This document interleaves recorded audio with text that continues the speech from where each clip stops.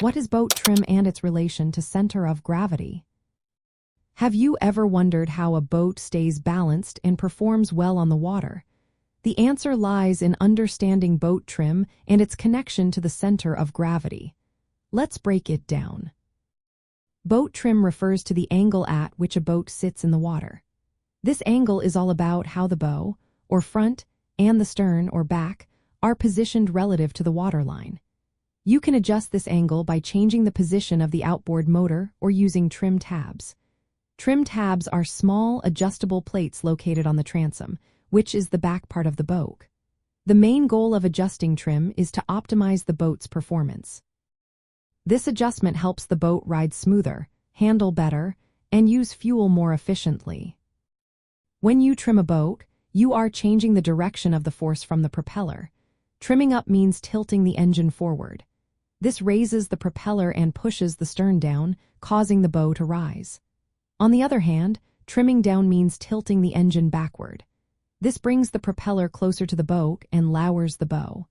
These adjustments directly affect how the boat cuts through the water and how stable it feels. Now let's talk about the center of gravity. This is the point where the boat's weight is considered to be concentrated. In boating, the center of gravity is influenced by how weight is distributed among passengers, gear, and fuel. The location of the center of gravity has a direct impact on how the boat trims.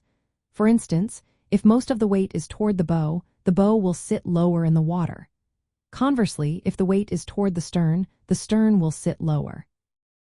Boat trim and center of gravity are closely linked because both affect how the boat balances in the water. Proper trim depends on having the center of gravity in the right place for the conditions. If the center of gravity is too far forward or backward, it can make the boat hard to control or cause it to ride inefficiently. Adjusting trim can help compensate for an even weight distribution, but ideally, you want to balance both for the best performance.